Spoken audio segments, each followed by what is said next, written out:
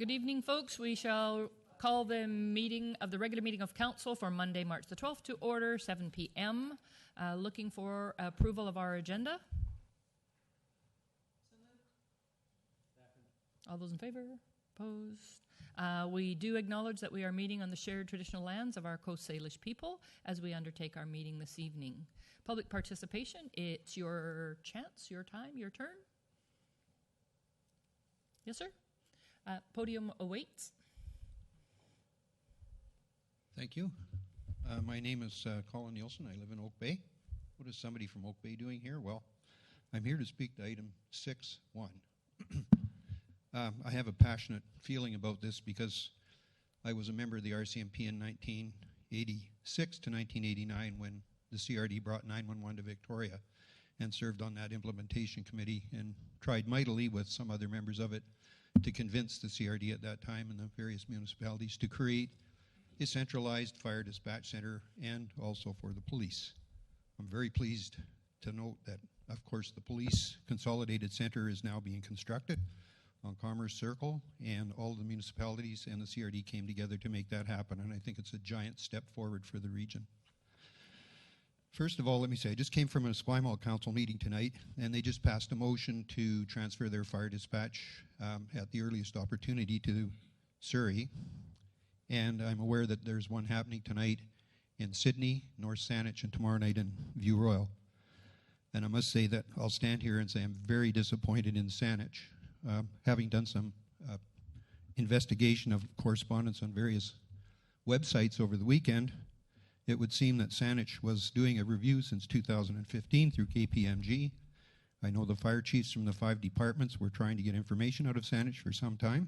They were kind of brushed aside when Victoria came on the scene and Victoria and Saanich began their negotiations. And on November 18th of just this past year, they called the other 5 departments and CAOs to Saanich and gave them the rather sad news. And I fully understand why the municipalities would want to go that way.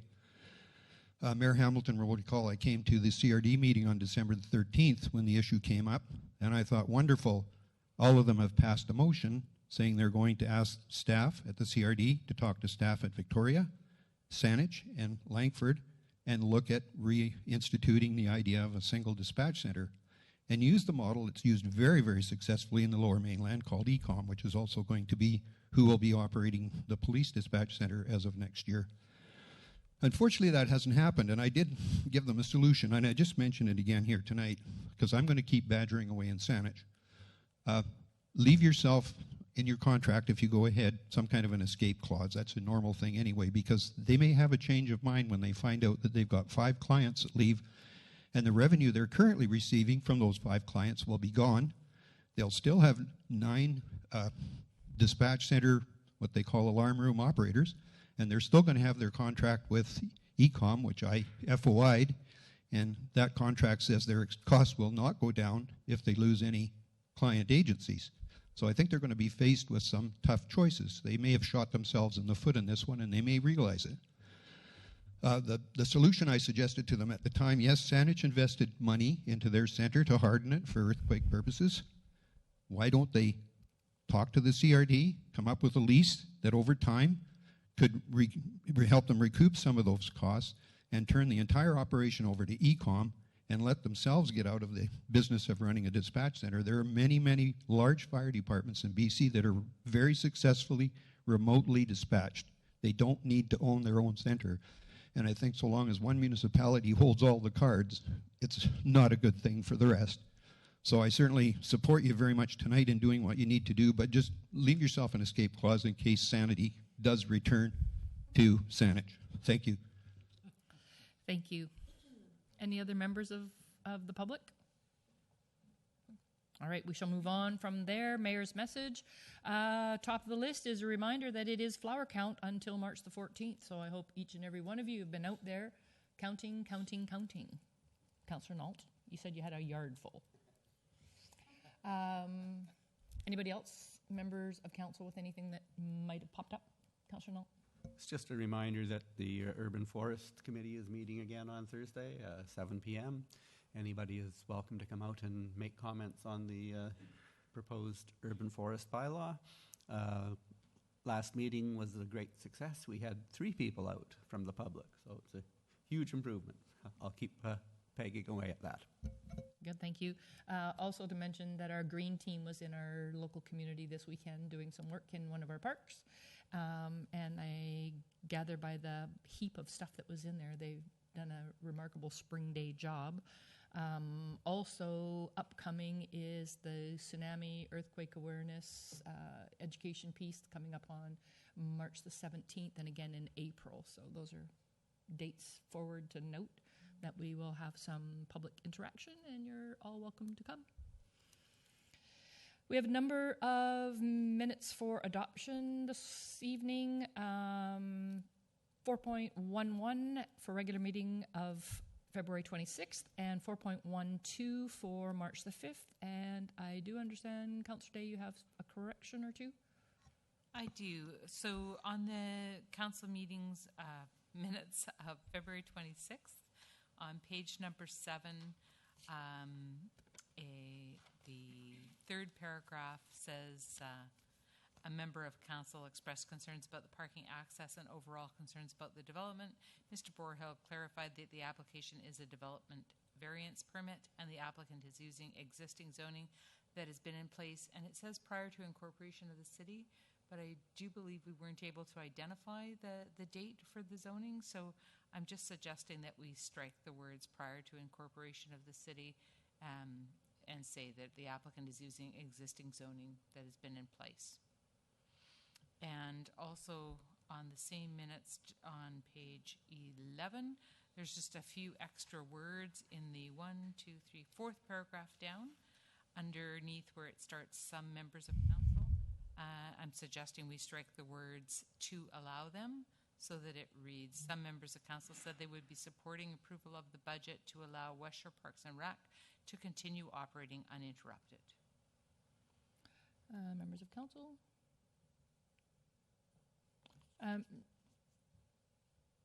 So with that, I would move the minutes as amended. Any further confrontation? All those in favor? Opposed? Motion carried. And then the special meeting of March the 5th, adoption? All those in favor? Opposed? Motion carried. A number of minutes for receipt for Committee of the Whole, February 19th, Urban Forest Bylaw Task Force on February 8th, Urban Forest Bylaw Task Force on February 15th, and again on the 22nd. Move receipt, Your Worship. All those in favor? Opposed? Motion carried. One item of correspondence that we received, and it is to do with nominations from the public for the 2018 Lieutenant Governor's Silver Medal of Excellence for Public Administration. Move receipt. Were you Oh. sure we can do that? Your Worship, this at this point just needs direction from council if council wishes to consider some applicants for the award. If council wishes to, then we would schedule an in-camera meeting to have that discussion about who. But if there is no one in mind, then simply receipt would be more than adequate. So to be clear to the members of public, this is an exceptional public servant who deserves recognition from the Lieutenant Governor of BC. So, Councillor Day. Thank you. I would like to see us schedule an in-camera meeting for this item. Councillor Chung. Thank you.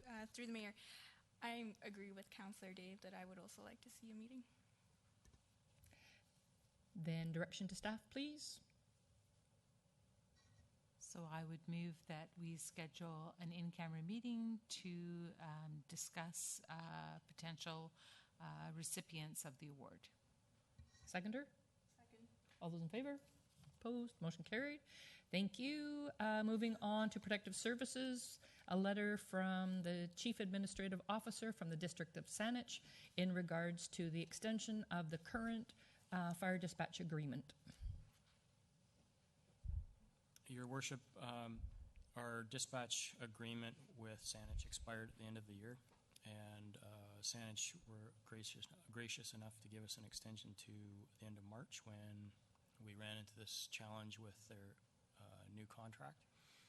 And when we put out the RFP, they had one other municipality approach them and ask to extend to the end of April, and then have offered that same extension to the other municipalities participating in the RFP process.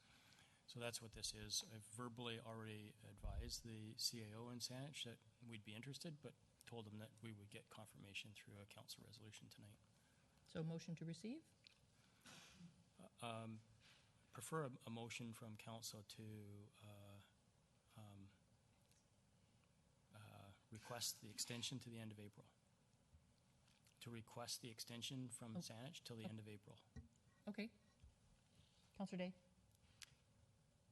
I guess I got lost. I thought that the recommendation was that council authorize the mayor and chief administrative officer to execute an extension to the current fire dispatch and communication services agreement with the District of Saanich to expire April 30th. Does that work? It's in the agenda. It's probably the best resolution, because if we get notification from Saanich Council that they've authorized the extension, then the mayor and myself can just proceed with signing it. But it still requires Saanich to approve the extension. Move it? Okay. But it is appropriate.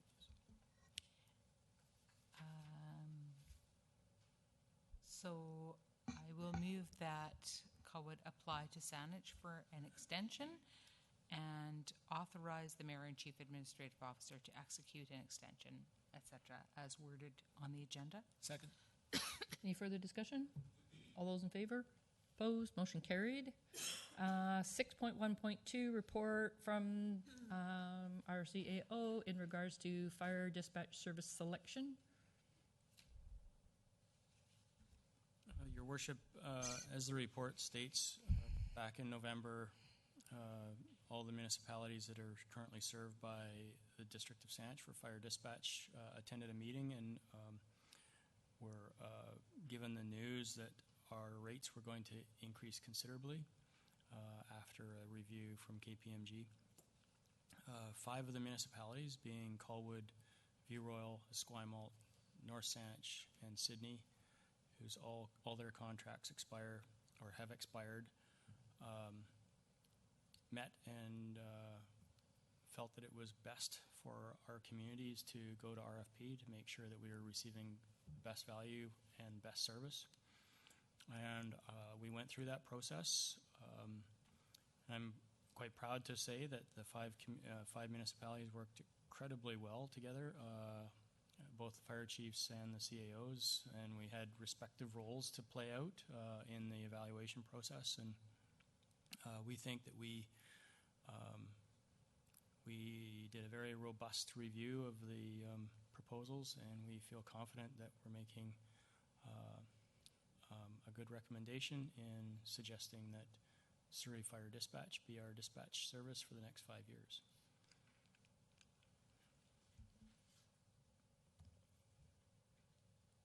Questions by council? Councillor Day? Thank you. I just wanted to ask on behalf of the citizens of Colwood if there was any concern with being familiar with the region to have dispatch done somewhere further afield. Through the chair, it's quite common for dispatch services to dispatch agencies remotely.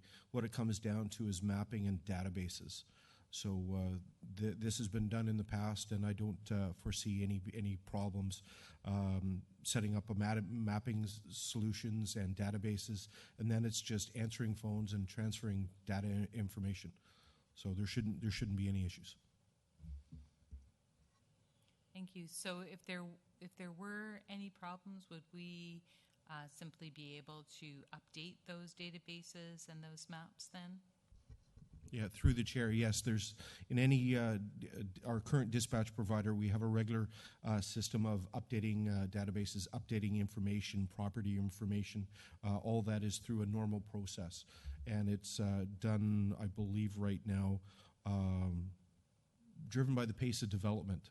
So it's definitely done more than quarterly. Generally, it's probably every 2 weeks to 30 days. Councillor Day? And just one last question, and that is, are there significant differences between 911 dispatch and fire dispatch? Yes. So 911 dispatch, that was traditionally the primary answering point that was governed by the RCMP. So if somebody phones 911, you'll get an operator pick up the phone and say, police, fire, ambulance, what's your emergency? And they would indicate what the problem is, and then that primary answering dispatcher would punch it out through the data console to either the police agency or fire agency or to ambulance service. So that's the primary 911 answering service. And then below that, the tier is the individual dispatchers, fire, police, and ambulance dispatch. So that's the next tier down. And then there's the fire departments or the agencies that get paged out themselves. So that's kind of the flow chart for the way 911 happens. Right now, they are consolidating the police end of that into Commerce Circle, and that's part of one of the initiatives that's going ahead locally. Any other members of council? Looking for a motion? Second. All those in favor? Opposed? Motion carried. Thank you. 6.2, Finance and Admin, recommendations coming from Committee of the Whole regarding grants and aid recommendations. Thank you, Worship. I'll take this one since I chaired the meeting, way back on January the 15th. Committee of the Whole had, along with the public, had great back and forth and considered a lot of applications for our grant and aid funding that comes from a very specific pot of money within the city budget. At the end of the day, there's a number of organizations that will be benefiting from our grants that will have quite an effect on the young and the old and everybody in between within our community and beyond. So I'm happy, pleased to recommend to council that the grant and aid requests listed before us be approved. Any discussion? And by approval of this, it does allow our finance department to forward these amounts out to the agencies that are receiving, so that's great. And question to... That was just the first motion. The first, okay, I was going to say there's two in there. Yes. Okay, all those in favor? Opposed? Motion carried. The second motion, Your Worship, is that the funding request for Habitat Acquisition Trust be included in the regular budget process as a line item in the amount of $2,500. All those in favor? Opposed? Motion carried. Thank you. Moving into our bylaw section this evening, we have just one before us here. Bylaw number 1724 for first, second, and third readings. Pardon? I'll move first. Second. Councillor Day? Just there was a report. I wondered if we wanted to receive the report first, or is that at second reading?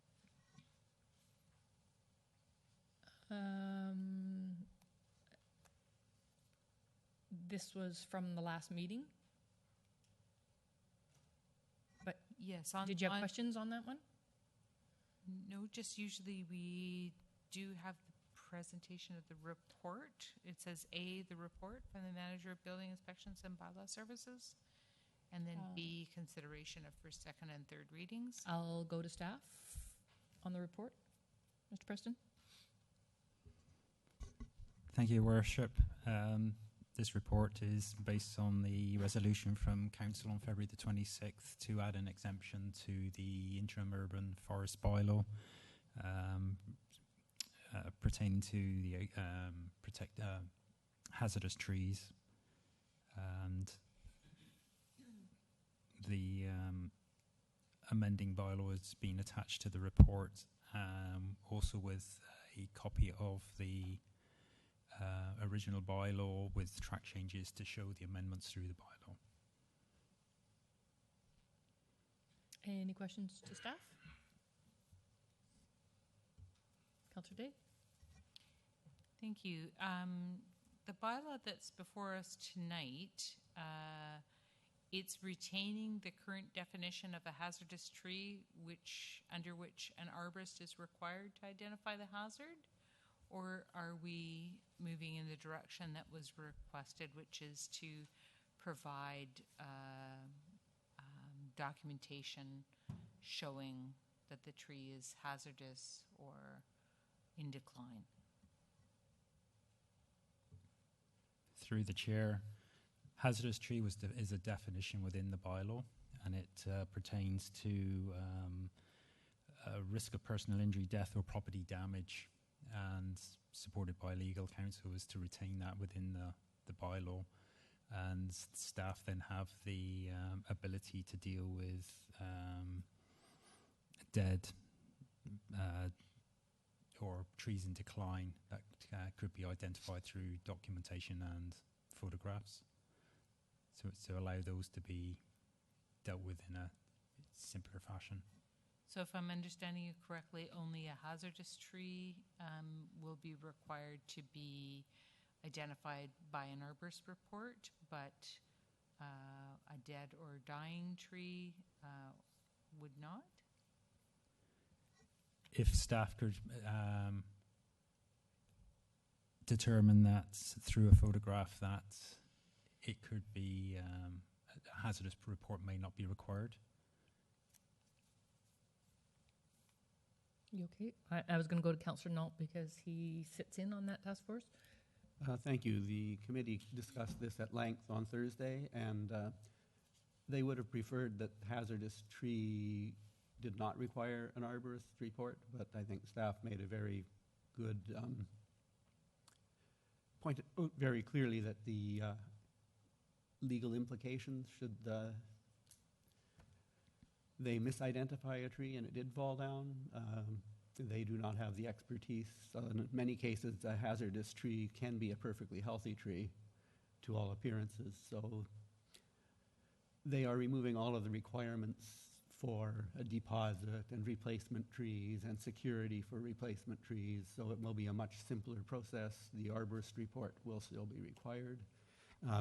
And yes, for the dead, damaged or diseased, if an applicant can convince staff through a photograph. For example, I've got a completely dead Douglas fir on my property that's leaning over my hydro lines. I think a photograph would easily convince the staff that that tree should go. So while the committee would have been happier to see hazardous not require an arborist report, I understand for legal reasons the city should leave that in. And I think the committee is quite happy with that. Clear? With that, then Councillor Chung? Thank you, through the mayor. So with that being said, on page 10 in the paper copy and page 15 electronically, it does have A under A, a hazardous tree as determined by an arborist crossed out. So would we be putting as determined by an arborist back in, and then also changing subsection J under 6 exemptions?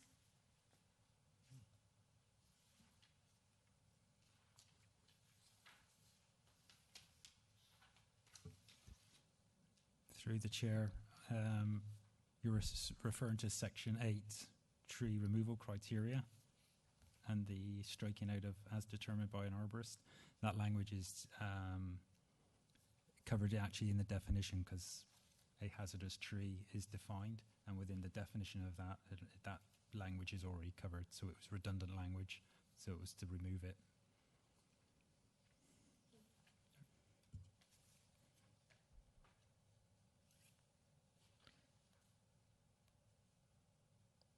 So clarity to staff to be sure that all the identified red markings within the bylaw are the necessary changes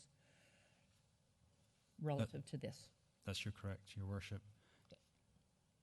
Cool. Just for ease of use, so instead of just looking at the amending bylaw, you can see what it's referring to actually within the body of the bylaw of the original. So with that, we'll go back. We had first reading on the table with mover and seconder. So all those in favor? Opposed? Motion carried.